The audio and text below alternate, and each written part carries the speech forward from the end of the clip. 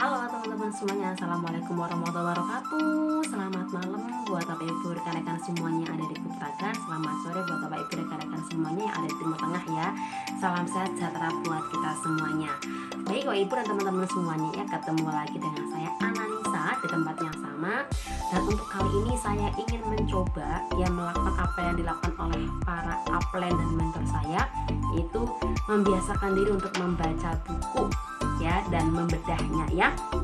Nah, di sini adalah salah satu buku ya yang direferensikan, ya ini adalah buku Berpikir dan Berjiwa Besar ya, yang direferensikan oleh One Vision juga ya, agar kita itu bisa memiliki kebiasaan, karena ini juga salah satu langkah untuk kita diusahakan, bahkan agar kita memiliki pengembangan diri dan bahkan kita juga memiliki banyak kosakata dan kita bisa ya memiliki jiwa ya, biar kita bisa berjiwa besar juga. Dan pokoknya ini bagus banget, walaupun saya juga belum selesai ya, saya lagi mencoba untuk memperbaiki diri saya, mencoba untuk bisa membiasakan diri saya untuk konsisten untuk bisa membaca buku yang minimal 15 kali sehari ya, seperti itu setiap harinya ya.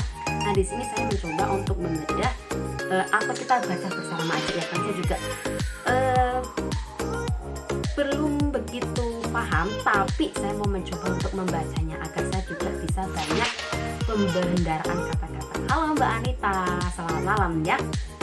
Oke, kita baca teman-teman ya. Di sini Berpikir dan Berjiwa Besar karangan David J. Squash ya teman-teman, seperti itu. Nah, di sini di bukunya, di covernya aja di sini disampaikan bagaimana menetapkan tujuan Anda setinggi mungkin dan mungkin melebihinya ya, dan menemukan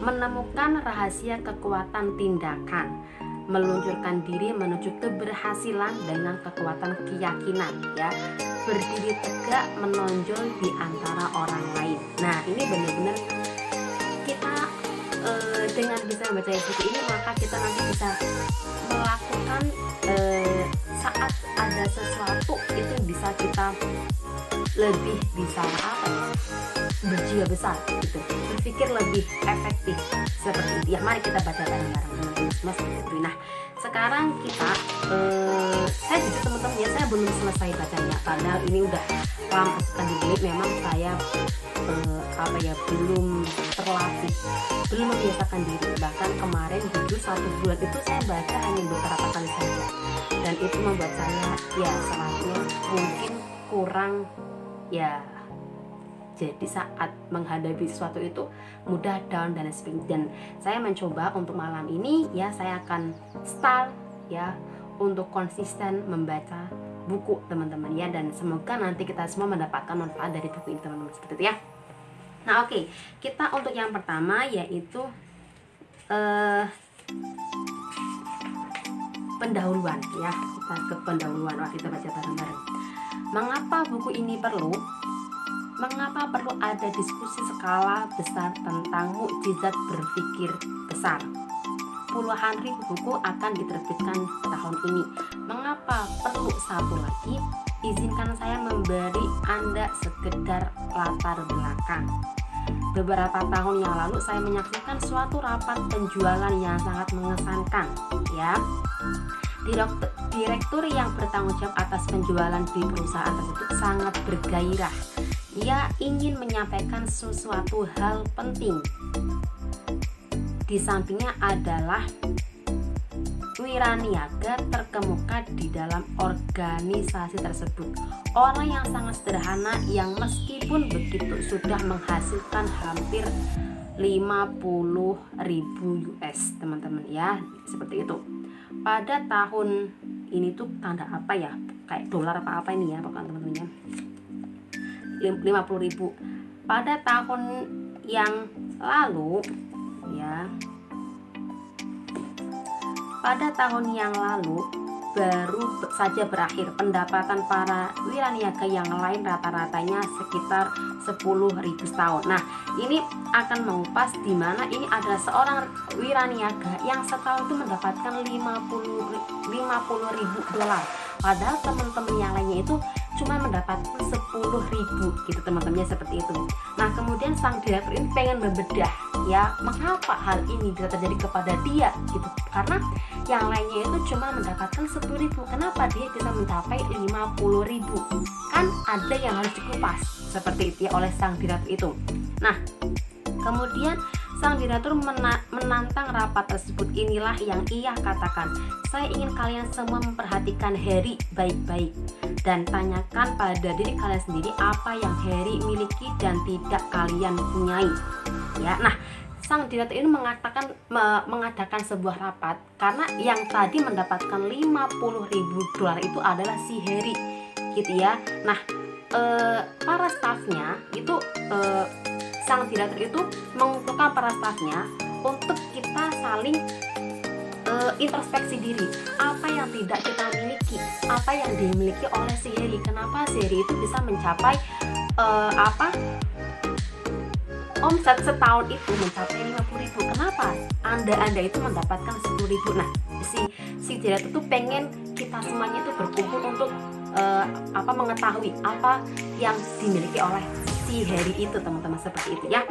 Nah Harry mendapatkan 5 kali lebih banyak dari rata-rata ya, tetapi apakah Harry 5 kali lebih cerdik dari kalian? Tidak, jadi demikian. Menurut tes personalia kami, saya sudah mengeceknya. Hasil tes memperlihatkan bahwa ia hanya berkemampuan rata-rata di departemen itu ya. Dan apakah Harry bekerja 5 kali lebih keras dibanding kalian semua? Tidak demikian. Menurut laporan yang saya terima, sesungguhnya ia mempunyai lebih banyak waktu luang dibanding sebagian besar dari kalian. Apakah Harry mempunyai wilayah yang lebih baik? Kembali jawabannya tidak. Laporannya rata-rata sama. Apakah Harry berpendidikan lebih tinggi? Terus jawabannya kesehatannya lebih baik? Tidak. Harry kira-kira sama dengan rata-rata orang pada umumnya, kecuali satu hal ya. Perbedaan di antara Harry dan kalian semuanya adalah Harry berpikir 5 kali lebih besar teman-teman ya. Nah direktur tersebut kemudian melanjutkan memperlihatkan dan keberhasilannya. Nah ini direktur tersebut kemudian melanjutkan memperlihatkan keberhasilannya yang ditentukan bukan oleh besarnya otak seseorang, melainkan oleh besarnya cara berpikir seseorang. Nah di sini sang direktur menyampaikan bahwa si Harry itu bukan orang yang IQ-nya tinggi, bahkan dia sama aja gitu ya, sama dengan yang lainnya. Harry juga tidak lebih cepat kerjanya atau lebih banyak jam kerjanya, tidak. Bahkan Harry juga tidak lebih pandai. Harry pun juga tidak kerja lebih keras, dan Harry pun juga tidak lebih cerdik juga. Namun si Harry ini memiliki satu kelebihan yang tidak dimiliki oleh karyawan-karyawannya, yaitu Harry memiliki berpikir 5 kali lebih besar daripada karyawannya. Nah inilah yang menentukan kenapa si Harry itu bisa 5 kali lipat ya omset yang masuk per tahunnya dibanding teman-teman yang lainnya, karena si Harry memiliki berpikir besar, berpikir 5 kali lebih besar daripada yang lainnya ya, seperti itu ya. Nah karena apa? Ternyata keberhasilan seseorang itu bukan ditentukan oleh besarnya otak ya, tetapi ditentukan oleh besarnya cara berpikir seseorang. Wah keren sekali ya. Wah ternyata seseorang itu tidak perlu pinter ya, tapi diperlukan berpikir dan berpikir yang cara berpikirnya. Nah sama di usaha ini teman-teman semuanya. Di sini itu kita di TNC ini kita nggak perlu berpendidikan tinggi, kita nggak perlu harus pintar ngomong, kita nggak perlu harus jago jualan, kita nggak perlu harus pintar presentasi ya, kita nggak harus kerja lebih banyak. Ternyata di sini dengan kita berpikir lebih besar, itu cara berpikir kita yang akan menentukan hasil dari usaha ini. Cara berpikirnya yang perlu kita perbaiki agar kita bisa mendapatkan apa yang kita inginkan lewat perantaraan usaha ini. Nah, sama ini benar-benar apa ya? Ini baru pendahuluan aja kita merasa wah ternyata mungkin cara berpikir kita selama ini belum tepat, sehingga apapun yang kita kerjakan yang kayaknya lebih besar, lebih banyak kerjanya, tetapi belum menghasilkan apapun karena cara berpikir kita belum tepat, teman-teman, seperti itu ya. Nah, lanjut. Nah, ini adalah gagasan yang membangkitkan minat dan pikiran ini tertanam dalam benak saya. Semakin banyak orang yang saya ajak bicara, semakin jelas saya menyelidiki apa sebenarnya yang ada di balik keberhasilan. Ya. Semakin jelas jawabannya, riwayat kasus demi riwayat kasus membuktikan bahwa besarnya rekening bank, besarnya rekening kebahagiaan pribadi seorang, dan besarnya rekening kepuasan seseorang ditentukan oleh besarnya cara berpikir seseorang. Ada mukjizat dalam berpikir besar. Wah, keren sekali ya. Jadi keberhasilan seorang bukan ditentukan oleh apapun itu, tapi keberhasilan yang didapatkan yang mungkin dengan seseorang itu memiliki kesuksesan yang besar, kemudian memiliki tim yang besar, kemudian kalau di sini memiliki omset yang besar, bisa menggapai impiannya, itu karena cara berpikirnya, teman-teman, seperti itu ya. Keberhasilan seorang itu ditentukan oleh cara berpikirnya, ya, bukan ditentukan oleh kepintaran ya atau latar belakang, teman-teman, seperti itu ya. Nah, kemudian jika berpikir besar menghasilkan begitu banyak, mengapa tidak semua orang berpikir seperti itu? Itu adalah pertanyaan yang sering diajukan kepada saya. Saya percaya ini adalah jawabannya.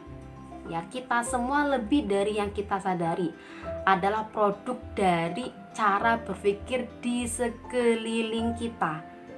Ya, nah betul ya, kadang kita itu adalah produk dari apa yang di sekeliling kita. Makanya sering sekali menyampaikan kita adalah apa yang kita pikirkan, betul nggak? Nah ini kita baca bareng-bareng ya. Nanti kalau kita bedah bareng-bareng sambil membaca, kita bisa memahaminya ya. Sering-sering membaca biar sering banyak kosakata ya.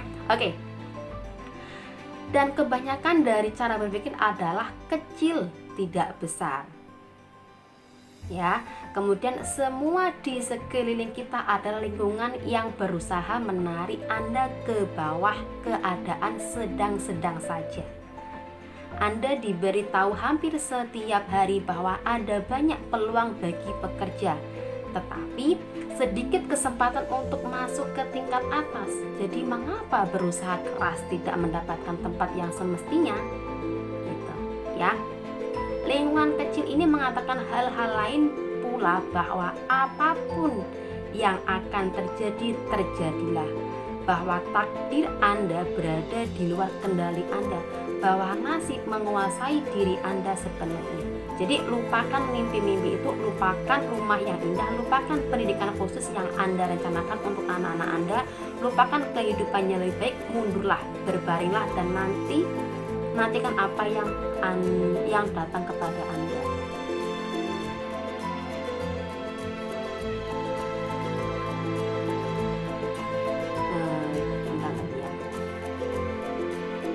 Di sini jika kita berpikir kecil, ya, di sini jika kita itu tidak berpikir besar, ya, jadi kalau kita hanya memikirkan hal-hal, kita tuh berpikirnya sempit gitu ya.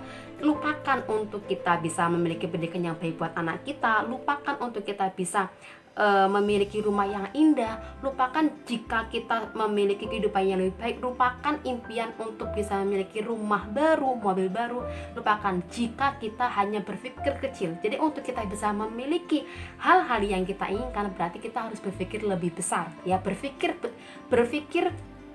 apa ya, berpikir positif, ya, berpikir ke arah yang positif, jangan berpikir terlalu kecil, jangan terlalu sempit, teman-teman, seperti itu. Jadi ini menyampaikan bahwa kita itu harus memiliki berpikirnya lebih luas, jangan terlalu sempit pikiran kita, seperti itu ya. Nah, Kemudian, dan siapa yang belum pernah mendengar pernyataan bahwa keberhasilan tidak pernah sepadan dengan harga yang harus Anda bayar untuk itu? Seolah Anda harus mengorbankan segalanya, jiwa Anda, kehidupan keluarga Anda, hati nurani Anda, nilai-nilai yang Anda anut untuk mencapai puncak. Sebenarnya keberhasilan tidak menuntut pembayaran sama sekali. Setiap langkah maju malah memberikan keuntungan. Juga tidak benar bahwa terlalu sedikit tempat di puncak, bahwa persaingan untuk pekerjaan yang lebih ketat, terlalu ketat. Bentar.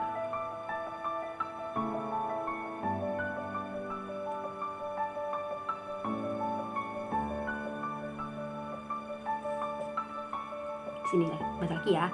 Juga tidak benar bahwa terlalu sedikit tempat di puncak, bahwa persaingan untuk pekerjaan yang baik terlalu ketat, ya. Seorang kepala bagian personal yang mengatakan bahwa saya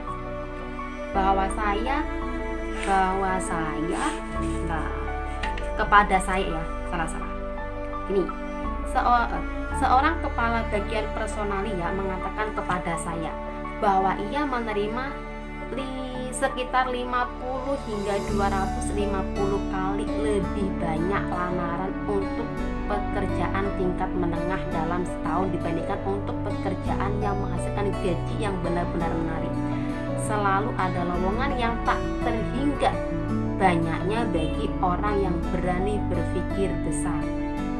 Nah, di sini teman-teman semuanya ya,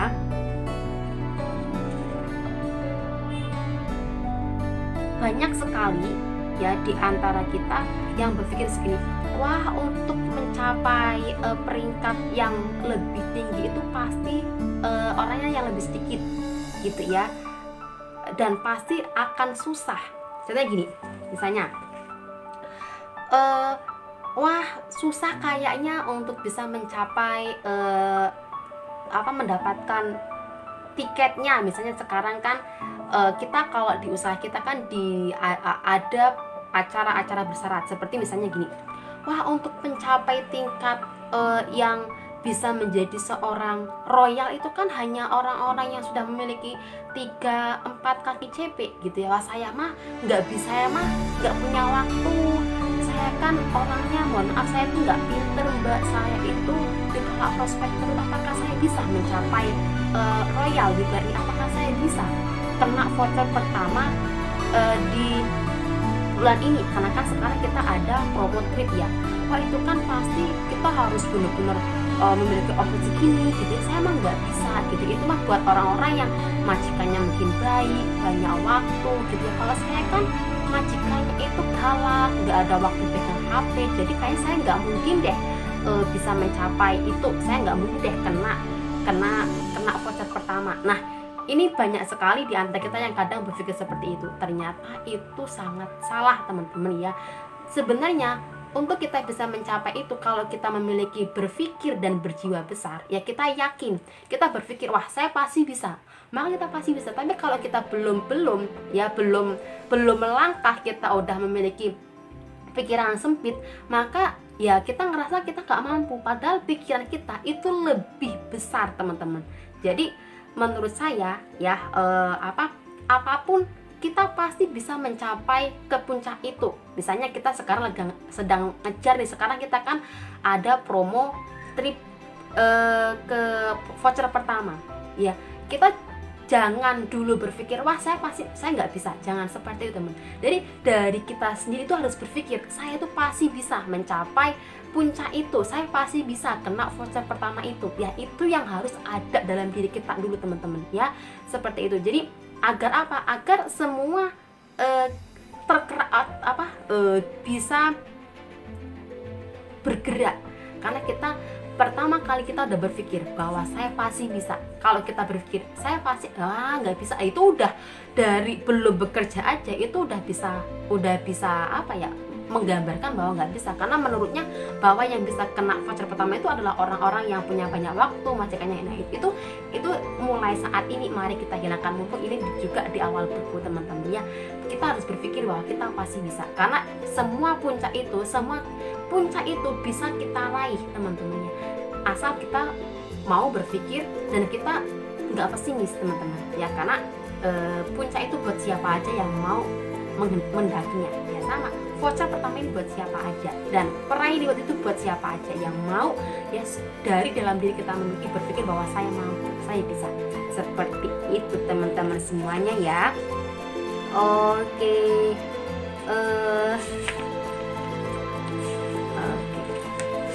Sepertinya itu dulu teman-teman ya, karena bisa kita bahas lagi ya. Semoga awal ya, karena udah 20 menit ternyata ya, kalau nggak salah menitnya, kalau nggak salah seperti. Jadi buat teman-teman semuanya, nanti bisa kita bahas lagi. Saya kasih tanda dulu ya, biar oke. Jadi kita harus mulai berlatih teman-teman ya. Ini saya juga lagi latihan ya, agar saya membiasakan diri saya juga memiliki kebiasaan seperti Bu Ade, upline saya, seperti Bapak Abi Wijaya, karena beliau juga menyampaikan kita harus berani mencoba, kita harus berpikir bahwa kita bisa ya. Kalau menunggu waktu yang tepat itu kapan ya, nggak ada waktu yang tepat ya. Waktu yang tepat untuk mulai ya sekarang, gitu ya, lakukan sekarang itu. Oke teman-teman semuanya, semoga bermanfaat. Mohon maaf ya, baca bukunya ya, dan sedikit membedah. Mungkin kalau Anda nggak paham ya wajar ya, baru pertama kali. Nanti kalau kita udah sering-sering membaca, itu yakin pasti kita nanti akan banyak sekali yang akan kita dapatkan dari buku itu, karena membaca itu adalah ilmu ya. Ilmu itu adalah jendela dunia. Jadi membaca buku adalah untuk kita bisa memiliki jendela dunia. Nah, kalau kita pengen sukses di usaha ini, seperti dari One Vision, kita juga diarahkan ya untuk bisa membaca buku minimal 15 kali ya. Semoga bermanfaat teman-teman semuanya. Mohon maaf ya, semoga bisa dipahami buat teman-teman semua yang punya buku ya.